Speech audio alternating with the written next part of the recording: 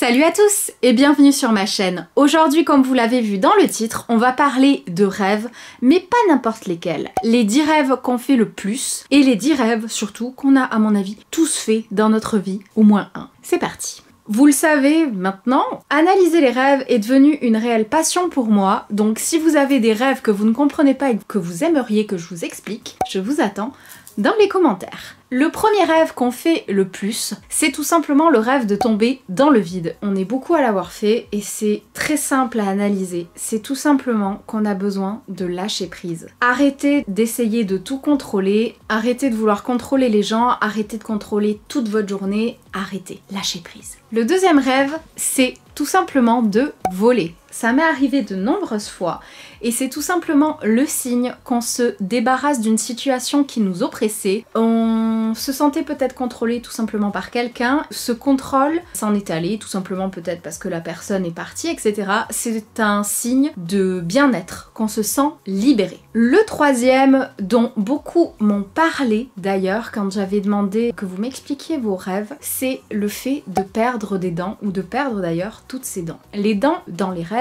symbolisent votre confiance en vous. Vous accordez peut-être un petit peu trop d'importance à la beauté physique et vous perdez confiance en vous. Rien d'extraordinaire juste là, ça arrive à tout le monde. Accrochez-vous et essayez plutôt de pointer les qualités que vous avez en vous et sur vous plutôt que de pointer vos défauts. Le quatrième, c'est tout simplement de rêver d'être nu en public. C'est arrivé à plein de monde. On en entend parler dans toutes les séries et tous les films limite de ce rêve de quelqu'un qui rêve qu'il est nu devant sa classe en train de faire un discours ou des choses comme ça. Et c'est tout simplement à prendre au pied de la lettre. Vous vous sentez vulnérable. Vous n'êtes pas à l'aise, vous ne vous sentez pas en sécurité et c'est comme ça tout simplement que votre subconscient vous fait passer le message. Le cinquième, c'est se faire tromper.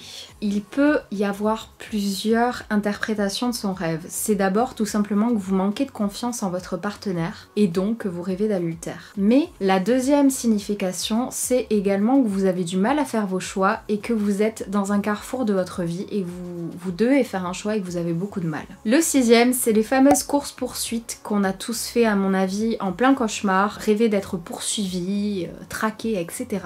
Votre subconscient essaye de vous faire comprendre qu'il y a un problème dans votre vie, que vous essayez de vous cacher à vous-même en fait, et vous n'arrivez pas à trouver de solution à ce problème. Normalement, le rêve de poursuite va vous donner des indices en fonction de la salle, de qui vous poursuit, de où ça se passe, etc. Ça vous donne des pistes sur le problème que vous essayez de vous cacher à vous-même et qui vous prend la tête sans que vous vous en rendiez compte.